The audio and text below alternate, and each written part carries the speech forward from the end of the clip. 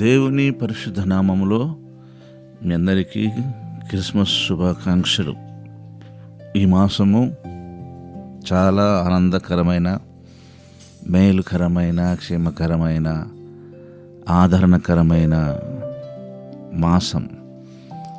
ఈ Christmas December మాసం ప్రత్యేకమైనది.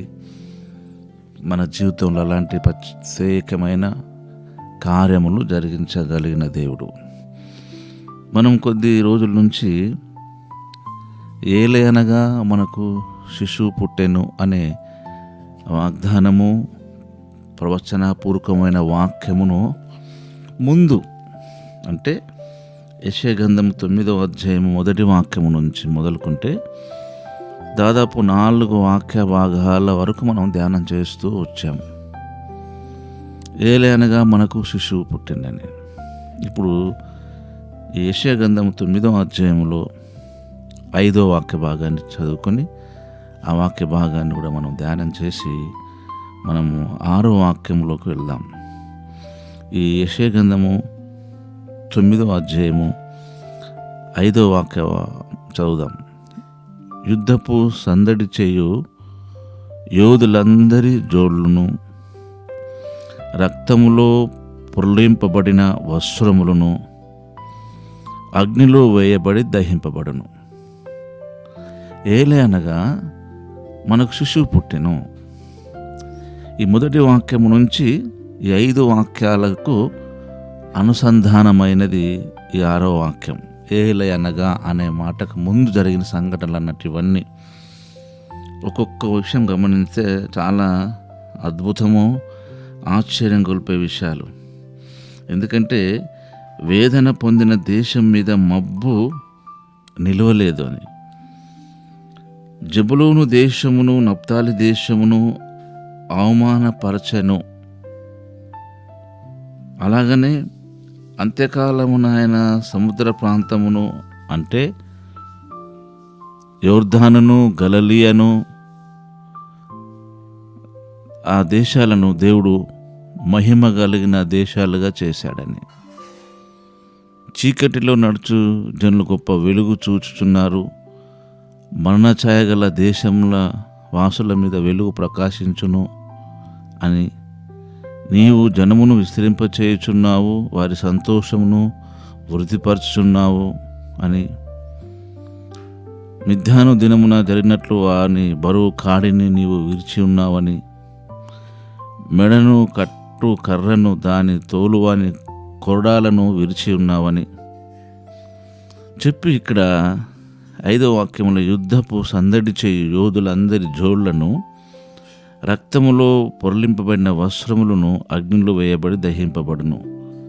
ఏలే అనగా మనకు శిశువు పుట్టింది. అంటే ఈ 5వ వాక్యం అర్థం ఏంటంటే ఇక్కడ మనము యుద్ధం చేయని అవసరం లేదు.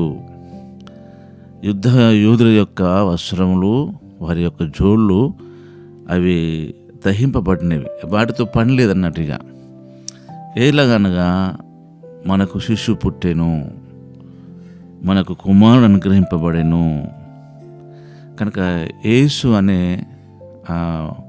దేవాది దేవుడే మన పక్షముగా, నీ పక్షముగా, మీ కుటుంబం పక్షముగా ఆయన యుద్ధము చేయడానికి వచ్చి ఉన్నాడు.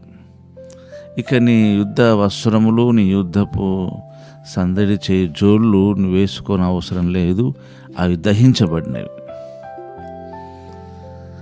కనుక అంత కాన్ఫిడెంట్గా మీరైనా, నేనైనా, మనమైనా వాక్యం పట్ల అలాంటి ఏకాగ్రతను కలిగి ఉండాలి, దృష్టి పెట్టాలి. ఆ వాక్యమే మనలో కార్యసిద్ధిని కలిగించేది. దేవుడు కార్యం జరిగించాలంటే దేవుని వాక్యాన్ని మనం ప్రతి క్షణం కూడా దానిని మనం అప్డేట్ అవుతూ ఉండాలి. మనం వాక్యం మనకు అప్డేట్ కావడం కాదు, మనము వాక్యానికి అప్డేట్ అవుతుండాలి. ప్రతిరోజు ఆ వాగ్దానాన్ని, ఆ వాక్యాన్ని మనము మనసులోకి తెచ్చుకొని ఆలోచనలలోకి వాటిని తీసుకెళ్ళాలి. నిజంగా దేవుని వాక్యం ఉన్నట్టుగా మన జీవితంలో మన పక్షమున ఆయనే యుద్ధం చేస్తాడు. అందుకే ఆ పరలోకమును లేదా మహిమ కలిగిన దేశమును విడిచి సిరఫ్ నీ కొరకు నా కొరకు ఆయన ఈ లోకానికి వచ్చాడు.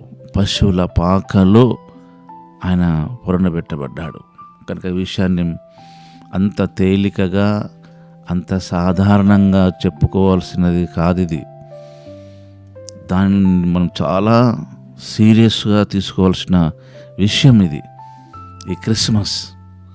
కనుక ఇకను యుద్ధము యోధుల యొక్క జోళ్ళు సందడి చేయవిగా, వారి వస్త్రములు కూడా ఉండవు, అవసరం లేదు వాటికి యుద్ధపు వస్త్రములు. ఆయనే మన పక్షం యుద్ధం చేస్తాడు.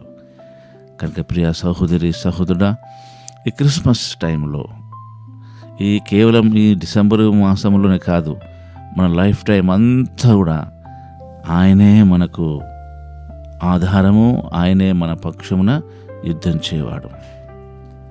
పరిశుద్ధుడైన మా తండ్రి, మీకు స్తోత్రం.